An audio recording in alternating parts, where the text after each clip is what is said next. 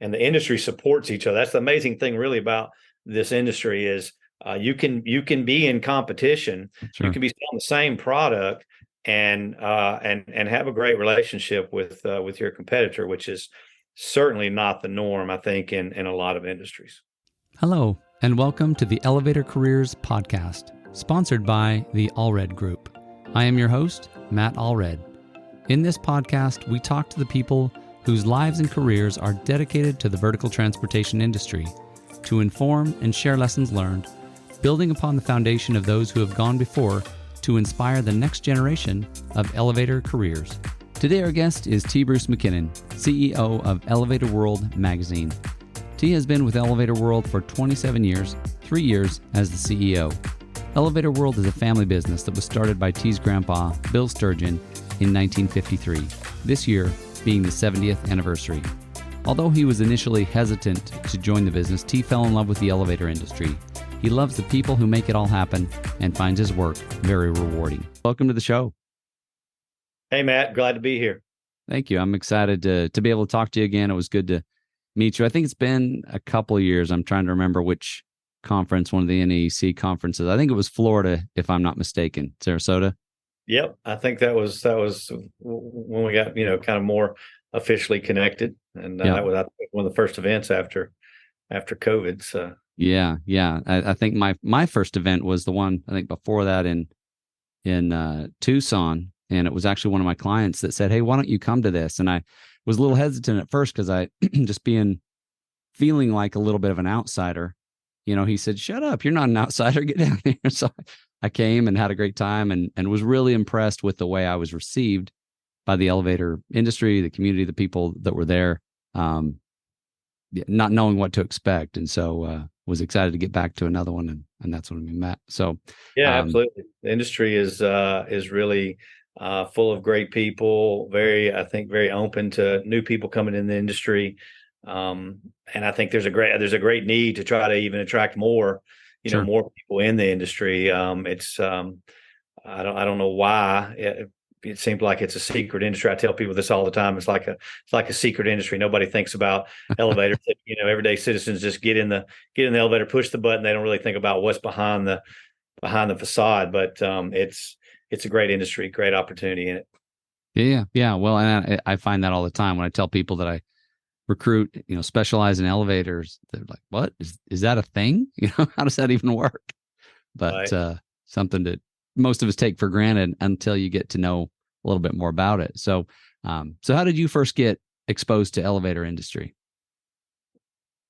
Well, I mean, I kind of feel like I've been in the industry my whole life. My family started Elevator World in 1953. My grandfather on my mother's side, and so I was around it, my whole life, cutting grass, at Elevator World and stuff like that. But I really wasn't interested in getting involved in the business at all. So I was quite reluctant and never really fully understood what they were doing. So like a lot of people, when I tell people that I own a company called Elevator World, they're usually confused. So Right. Tell me a little bit about how your family, your grandfather, Bill Sturgeon, started Elevator World. What kind of brought that about? How did he? Yeah, so he started Elevator World in 1953. We're 70 years old this year, and he came out of the military, World War II, and got married to my grandmother, his wife, and her side of the family owned a small elevator company here in Mobile, Alabama, called Mobile Elevator. It was just a small maintenance company, and they maintained elevators on the port, on the dock that we have, Okay. docks that we have here.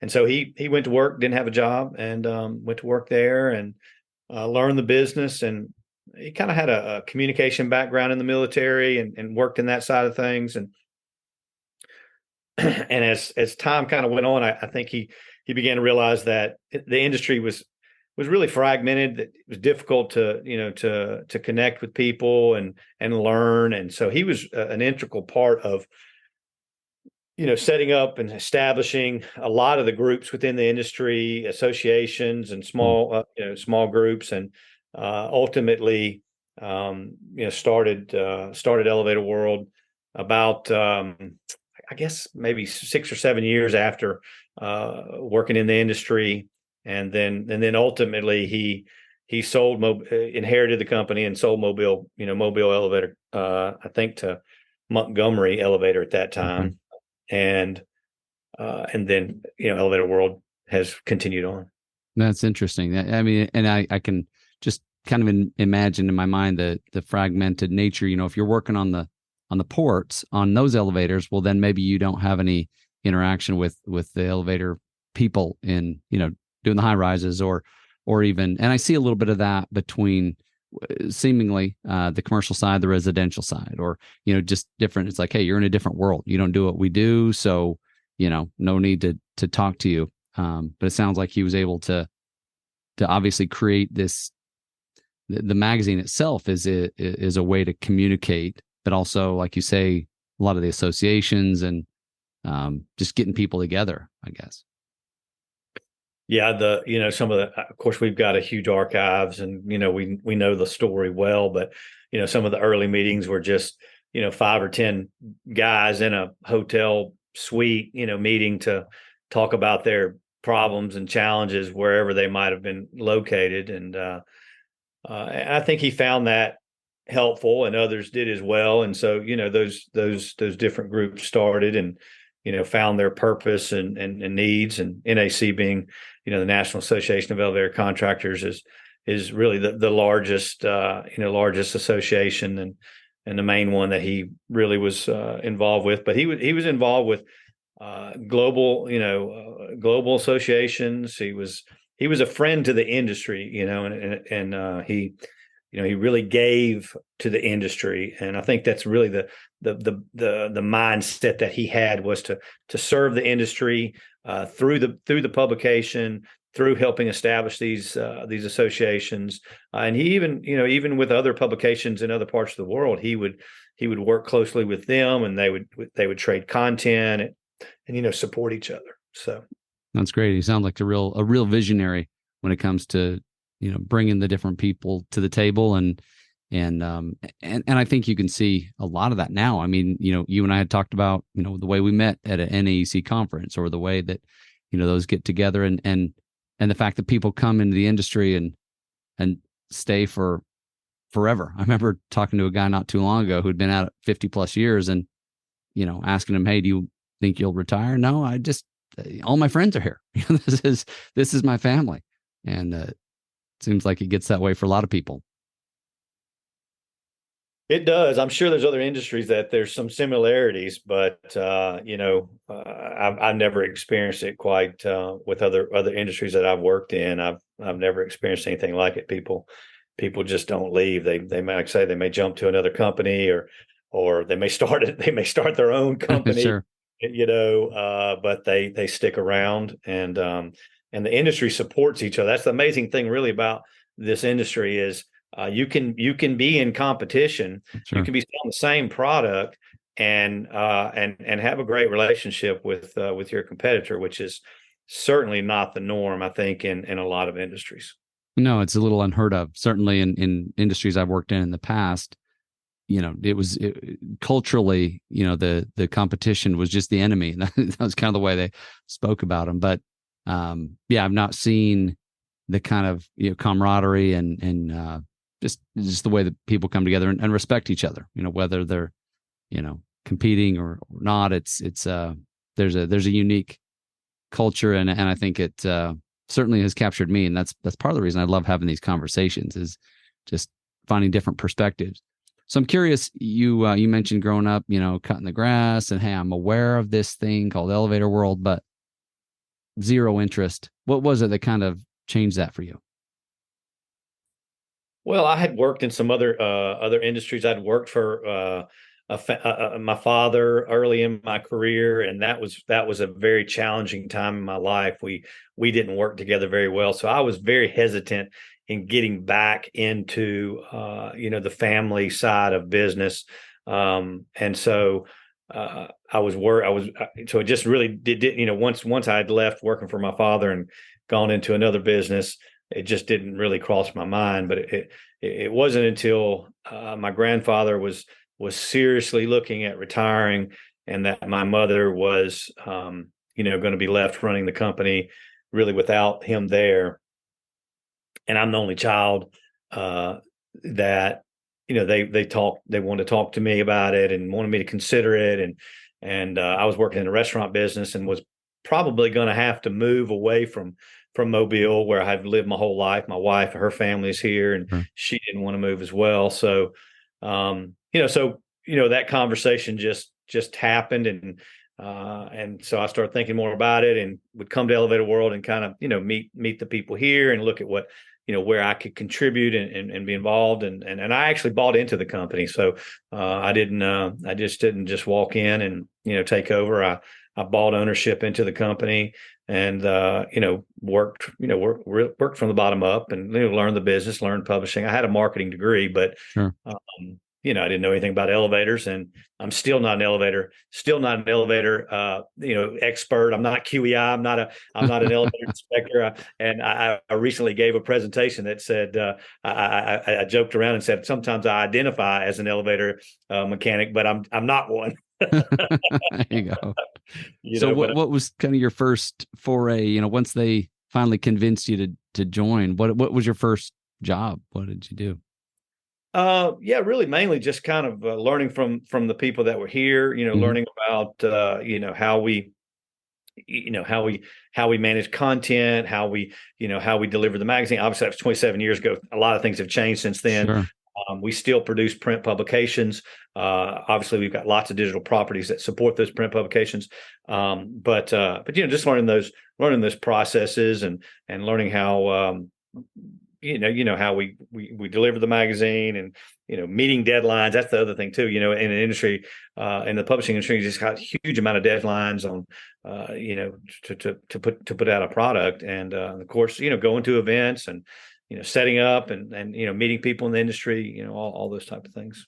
Yeah. No, there's a lot to it, and I'm curious, how has technology changed the way you talked about digital assets? You probably didn't have a whole lot of that 27 years ago. I mean, I we're probably not too far apart in age, and I didn't really have a computer or even access to one until I think I went to college. I mean, there was a little lab at high school, right? But college is the first time I touched email, and so I'm curious how that has affected your business. Well, it's interesting because my grandfather, he retired when he was 85, which was probably about 20 years ago, 20 or maybe 25 years ago, and he had never used a computer. Wow. Uh, and we were using some type of computer at that time, 25 years ago, but he had never used a computer. And so when he went home and retired, about 6 months later, he said, I want a computer. And so he spent another 10 years living and Oh, writing books. nice. So that was kind of interesting, that he, always was pushing himself to, learn new technology, and all that. But yeah, 27 years ago, we had one regular publication, Elevator World, which we like to call our global publication. Mhm. And we had an annual directory, uh, actually an annual issue is what we called it, and it was an issue that was really kind of focused on a region of the world. And when he retired, we basically turned that into an annual directory. But now we have 6 publications covering very specific regions of the world: India, Turkey, Middle East, the UK, Europe, and so we have those publications. Obviously, we have digital editions of them on our website. We have Sure. all of the content in those publications are available on our website in HTML format. We also produce about 10 monthly email newsletters, and then of course social things, and all of that. So six, I think you said international. Is that based on kind of continent region like Europe and Southeast Asia? And um, Yeah, a lot of it has been, relationships allowed us to be able to establish publications. Also, there are no publications in the U.S. other than Elevator World, U.S. and Canada. There are other publications in other parts of the world. So there's an Italian publication and a okay, couple of German publications. And so we've bought some publications and then rebranded them. We've launched publications in regions where where there wasn't a publication. Our first kind of launch was India, Elevator World Okay. India, about 15 years ago. Cool. So really, when I got involved and really started, doing a lot of the international travel, carrying that load, so my mother really didn't have to do that. I really, built a lot of relationships around the world, and saw opportunity to truly make ourselves global and cover content related to those market specific and specific publications. Right. So do you have, I assume you have offices and printing operations and all of that in those locations, right? Yeah, some of that's changed over the years, but we have three main offices. Our corporate office is in Mobile, Alabama, in the U.S. We've been in the location we're at for 50 years. And then we have an office in Istanbul, which is really strategically located to be able to really serve a large part of Eurasia and really, I mean, just anything on that side of the pond. And then we also have a partnership and an office in Bangalore, India, that handles our Indian publication and some other details in that area. So that helps us a lot. We've changed the way, we've changed where we print, where we mail. It's all obviously based on cost and logistics. So it's changed over the years. We're currently we still print our core publication, Elevator World, in the U.S. And mail in the U.S., but we print our international subscribers and copies in Istanbul, Sure. and we mail from that region. Cool. Did you end up traveling a lot yourself? I mean, it sounds like you did, especially at the beginning of starting these publications. Yeah, I've done a lot of travel over 27 years. I mean, that's really been a great experience for me. Uh, I mean, people hear places you go and they think, oh, that sounds so wonderful that you got to go there. Travel's work. Anybody that has traveled know that traveling is work and is challenging. And I contribute my experience in the restaurant business to have helped me be able to deal with international travel, because if you've ever worked in the restaurant business, that you're going to work long hours, and people aren't going to show up, and you're going to have to work hard at times. Sure. And so I think it kind of prepped me for international travel and being able to fly 7, 8, 10 hours and then get there and go right to work, Right. and try to be as fresh as possible. But I've seen the world. I've been to a lot of interesting places, and I still like to travel. I'm doing actually a lot more travel these days. I didn't do very much U.S. travel, except mainly the main event like NAAC.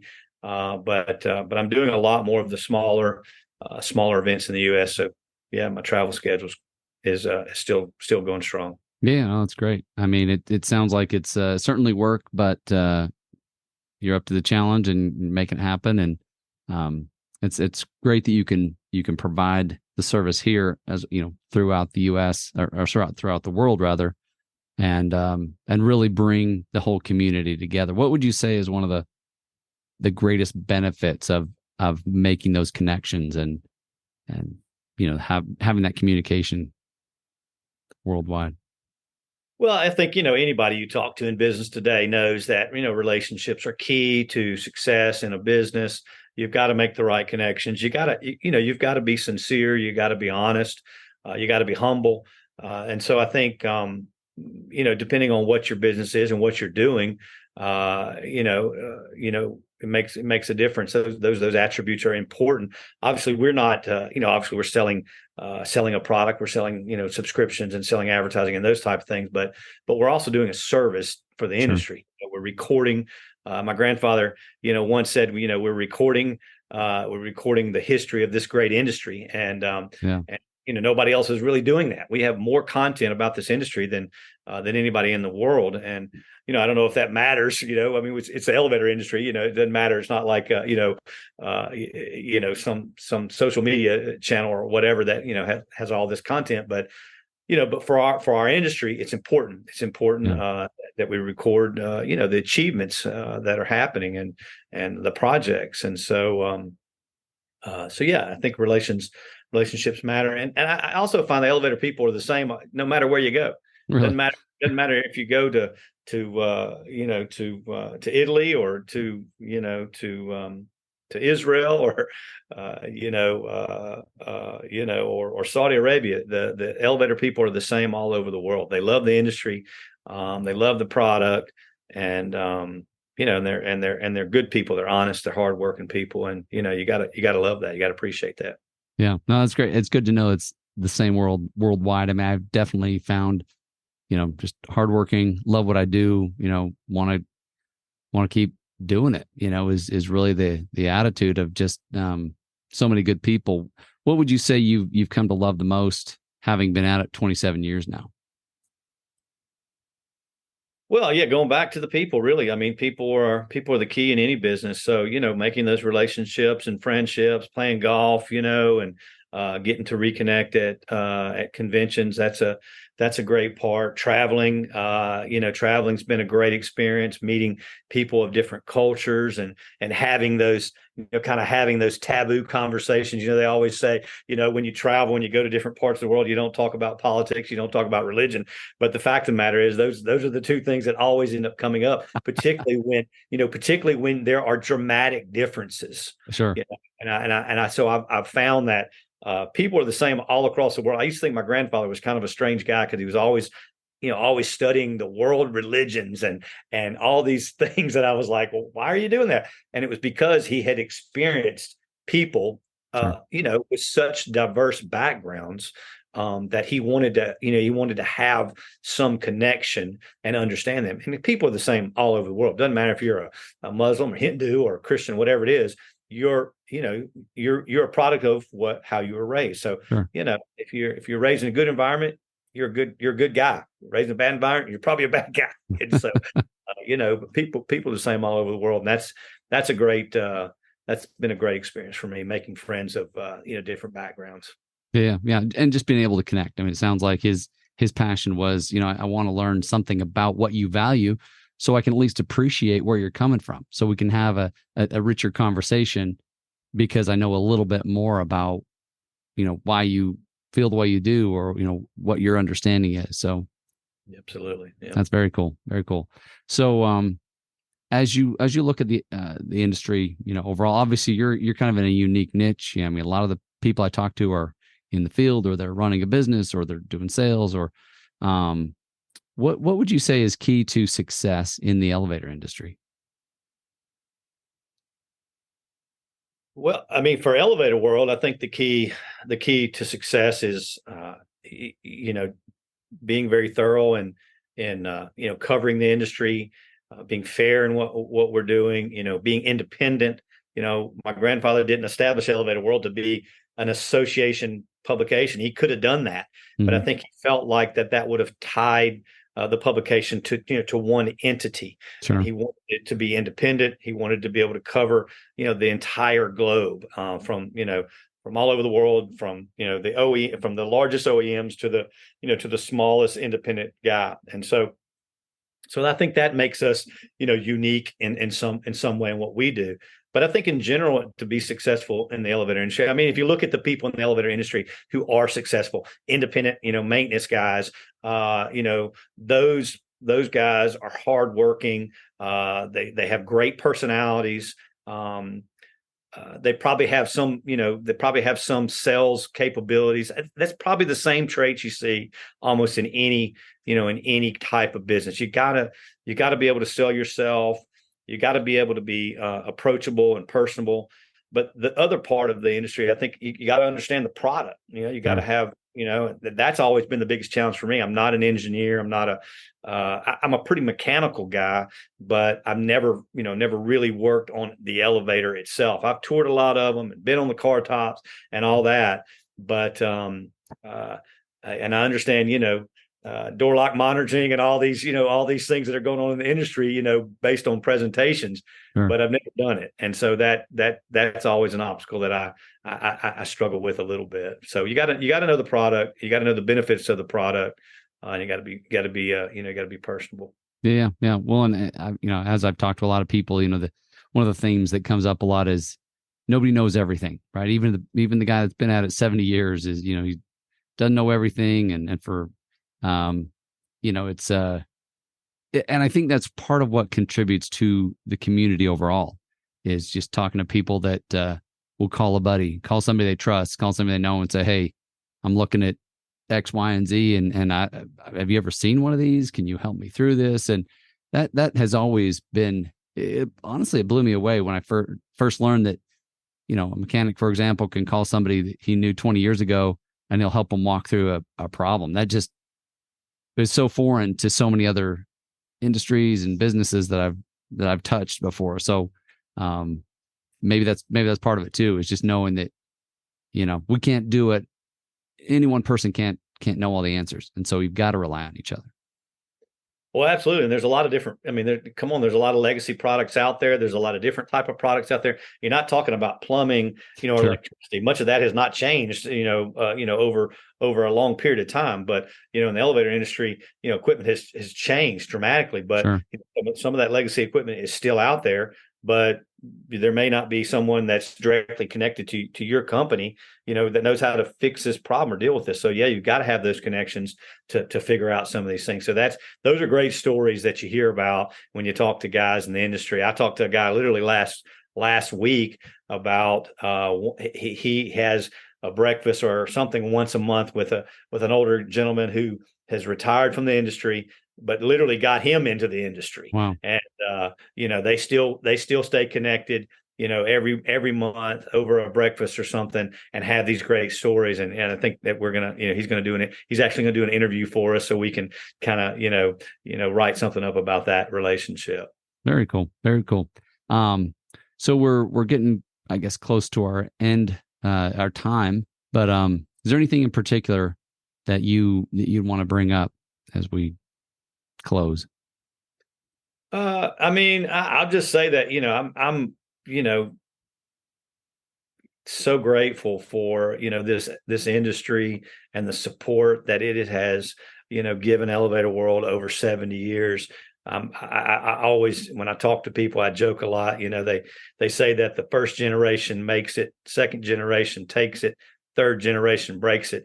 I'm the third generation, and so I'm trying real hard not to mess Elevator World up, and to keep it professional, and providing good content and supporting those in this industry.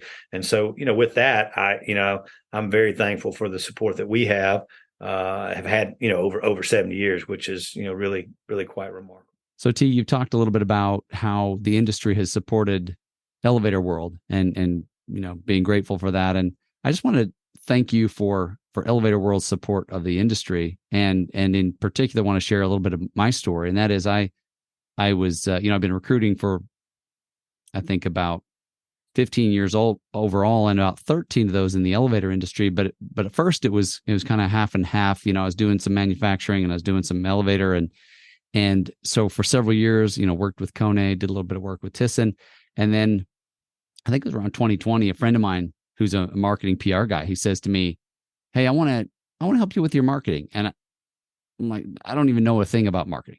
I don't even know what you're talking about, Mike." And he said, "Well, let me talk to some of your customers and I'll get back to you." And I said, "Great, do it." So gave him some of my elevator contacts, and he made a few phone calls, and he comes back to me in just a few days. And he's like, "You need to advertise in Elevator World." I'm like, "Why?" I mean, I'm familiar with it, but I'm like, "Why?" He's like, "Well, that's it. It's the hub. It's where you need to be. It's, if you want to build your business, that's going to build visibility. It's going to build credibility, and you can do it affordably, even with a fairly small ad." And I said, "Well, Mike, you're the expert. I'm willing to do it." And so, he's the one that arranged to have the ad put in and everything. And maybe he even designed it, but put it in there. And very quickly, I was getting some phone calls, not a ton, but just, "Hey, I saw your ad in Elevator World. Can you help me out?" And really from there, I think it's helped in a lot of ways, but through COVID, through, the selling and of some of my clients kind of losing that business, but being able to find new business. So again, I just want to thank you for being there as a resource, because I know you've helped me and my business, and especially through some of the rocky times. Hey, that's good stuff. Good stuff, Matt. Yeah, we're happy to hear a great story like that, and we hear a lot of them. And again, that's our mission, is to support the industry in any way we can. So I'm glad to hear that you've had success. Yeah, thank you. Yeah. Is there any words of wisdom you'd like to share with our listeners before we wrap up? Um, Hey, recruit more people into this industry, because we need people everywhere I go, no matter where you are in the world. That's all I hear is, we need more hardworking young people to get into the industry. I'm trying to get my son into the industry. I think it's great. It's a great pay. It's a good lifestyle. It's a safe industry. There are obviously accidents that happen on the equipment, but as a whole, the industry is really a safe industry that can provide a good lifestyle. And so Sure. we need, and I know that's what you're doing. You're helping businesses find those people, and that's great. I think that you probably got a good business, because there's a great need for it.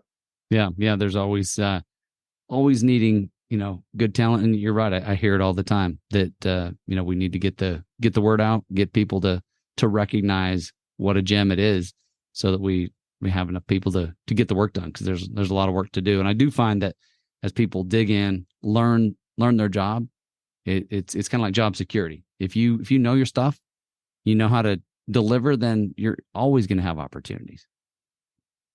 Yeah, absolutely. I just recently read an article where it's talking about how AI will affect certain industries, and obviously I've got to pay attention to that, because publishing is one of those things that they say that it's going to take over journalism or whatever. I don't think it will, but I think it'll certainly support it. But Sure. one of the things it said it won't take over is it won't take over blue collar labor Sure. related industries. Those things are going to stay strong. And really, to be honest with you, those industries are great industries, and great income. There's a lot of satisfaction working with your hands.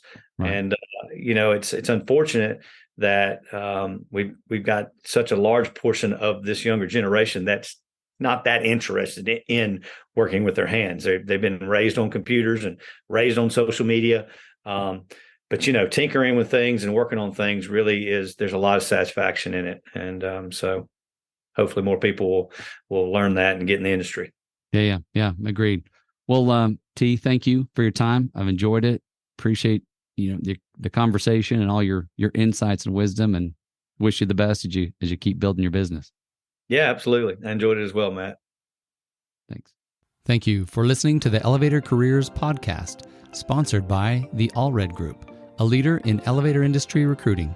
You can check us out online at elevatorcareers.net. Please subscribe, and until next time, stay safe.